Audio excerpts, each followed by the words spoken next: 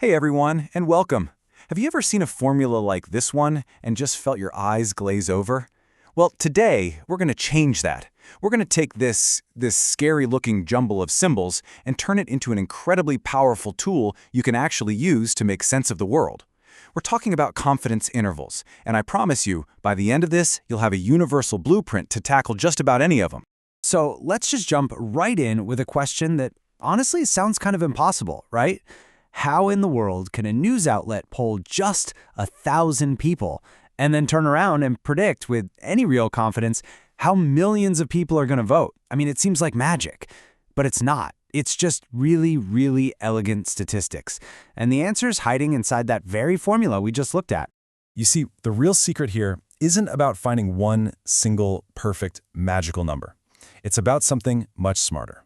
It's about making a really educated guess and then being totally upfront about how confident we are in that guess.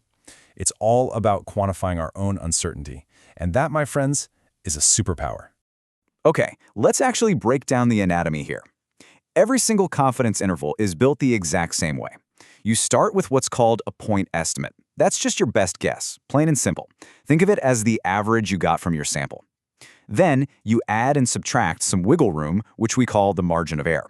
And that wiggle room is made of two key ingredients: a critical value, which is basically a multiplier that depends on how confident you want to be, and the standard error, which measures how much you expect your sample's result to bounce around. So really, it's just your best guess, plus or minus a little bit of wiggle room. That's it. All right, so let's zoom in a little closer on that wiggle room, that margin of error. Where does it actually come from? Specifically, how do we decide on that multiplier, that critical value? Well, it all boils down to one simple question. How much risk are you willing to take? And this slide lays it out just perfectly. If you say you want to be 95% confident, that's just another way of saying you're accepting a 5% risk of being wrong. In statistics, we call that risk alpha.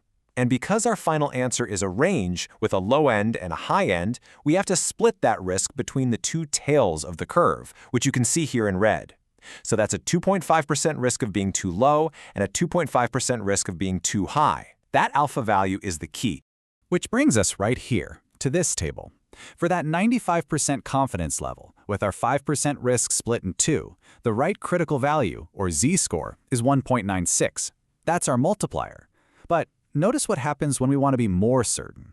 Look at 99% confidence. Our risk drops to just 1%, but our critical value has to jump all the way up to 2.576. A bigger multiplier means a wider interval, a bigger wiggle room. Now, that's a really important idea, so keep it in the back of your mind. We're going to come back to it. Okay, so we've seen all the individual pieces. Now it's time to put them all together.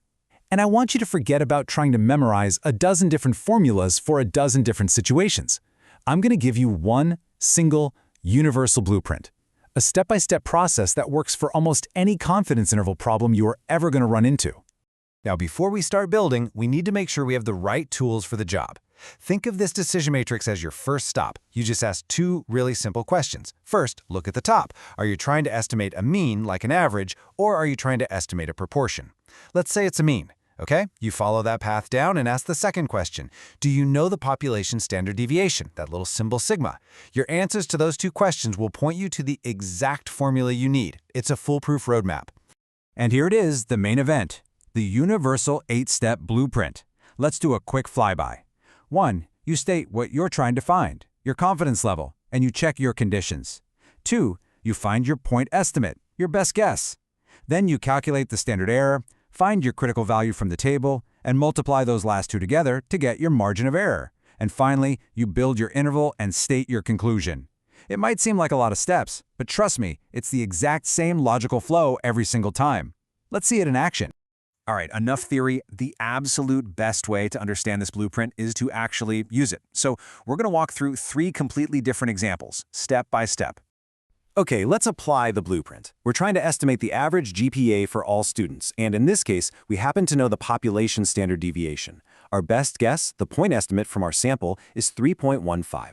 We run the numbers for the standard error. We want 95% confidence, so our critical value is 1.96. We multiply those two, and boom, there's our margin of error. Finally, we just add and subtract that from our best guess of 3.15, and we have our interval. See? The blueprint just guides you right through it.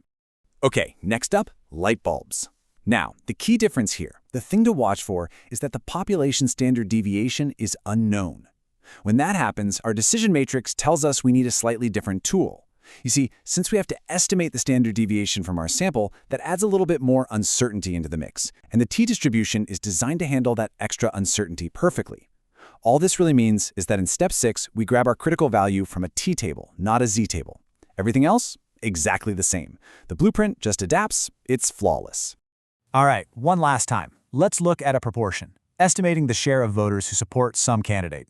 Now, our formulas for the point estimate and the standard error look a little different this time. Sure, but the underlying logic of the 8 steps, it is identical. You find your best guess, you calculate the spread, you find your multiplier, you build the margin of error, and you construct the interval. The blueprint holds up no matter what you throw at it.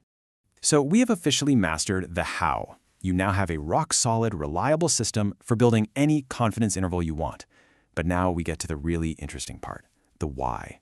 This is where we uncover the deep and honestly fascinating relationship between being confident and being precise. Let's go all the way back to our very first question about election polls. Here's the setup. We poll 1,000 people. Out of those 1,000, 550 say they support candidate A. That's 55%. So our point estimate, our single best guess, is 0.55. Now, let's see what happens to our answer when we demand different levels of certainty.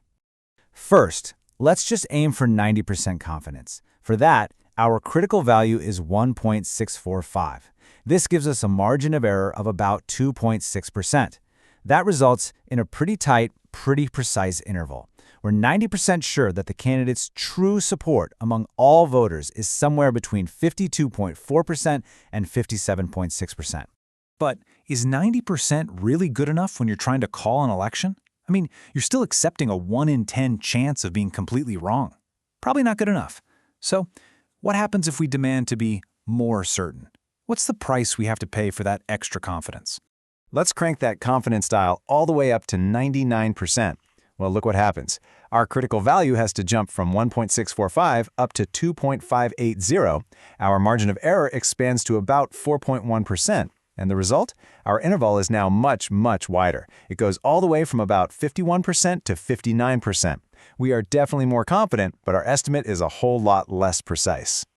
This slide tells the whole story. This right here is the fundamental trade-off of certainty. Just look at the 3 intervals. The 90% interval, the one we're least confident in, is the narrowest, the most precise. But as we demand more and more confidence, our interval has to get wider and wider, and less precise. There is no free lunch in statistics. If you want more confidence, you absolutely must sacrifice precision. Let that just sink in for a second. This quote really says it all. To be more confident that we have captured the true parameter, we must cast a wider net. It's that simple. Higher confidence always requires a larger margin of error. So now you get it. You understand the mechanics, and you understand the philosophy behind confidence intervals. The best way to really cement this knowledge is to practice. So here are 2 brand new problems for you to try out. Use that decision matrix to pick your tools, then apply the 8-step blueprint and see if you can build the intervals yourself. This is how you're really going to make this knowledge your own. We haven't just given you a way to solve a math problem. We've given you a framework for thinking about the world, a way to measure uncertainty and make smarter judgments based on data. The blueprint is a powerful tool. The only question left is, what are you going to do with it?